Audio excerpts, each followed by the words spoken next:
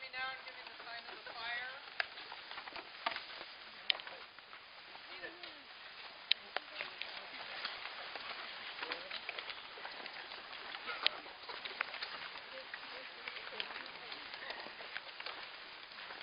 Every council fire had a theme, and tonight's is a celebration of the history of Camp Hitaga.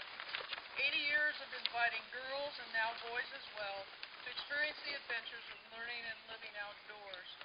To put where we come in perspective, I'm going to read a short synopsis of Hitaga history from high on a hill, and it's short. A little editorializing on my part, too.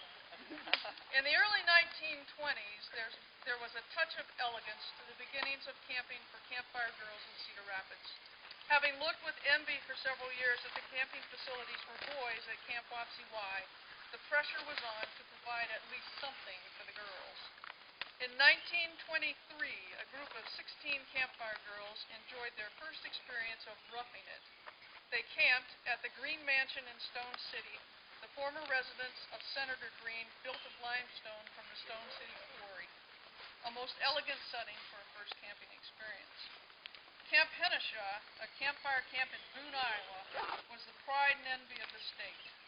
The directors of Henneshaw agreed to help the Cedar Rapids campfire groups with the loan of a counselor for a training program, and Camp Wapsie Y's facilities were rented. It's unknown what happened in 1924. You know they were at Green Mansion in 23, and then after that they went to Camp Wapsie Y. Cedar Rapids campfire groups held sessions at the Y facilities from 1925 through the summer of 1927. After 1927, Wapsie Y can no longer accommodate the number of weeks needed to meet the growing numbers of girls interested in a camping experience, and a decision was made to move back to the area around the Green Mansion. On a high hill overlooking rolling picturesque countryside, Camp Wohelo at Stony Ridge was established. The mansion became the headquarters for staff, eating, handcraft, the camp store, music and games, and a great refuge in stormy weather. A semicircle of 8 raised board floor tents belonging to the Boy Scouts formed a circle close to the mansion. The move to Stony Ridge gave us the song High on a Hill. So why are we not still at Stony Ridge?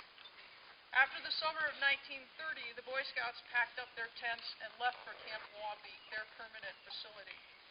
With the number of girls participating in campfire growing, it was time to look for a permanent site.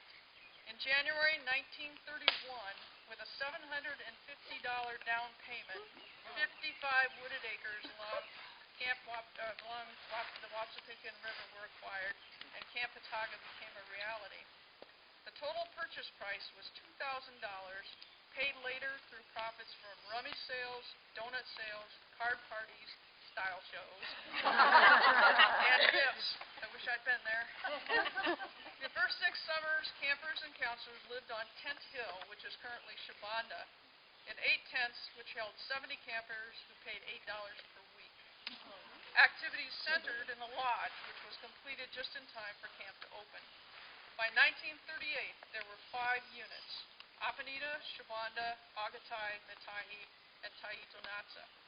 Demand grew, as did the number of units, crafts, and programs.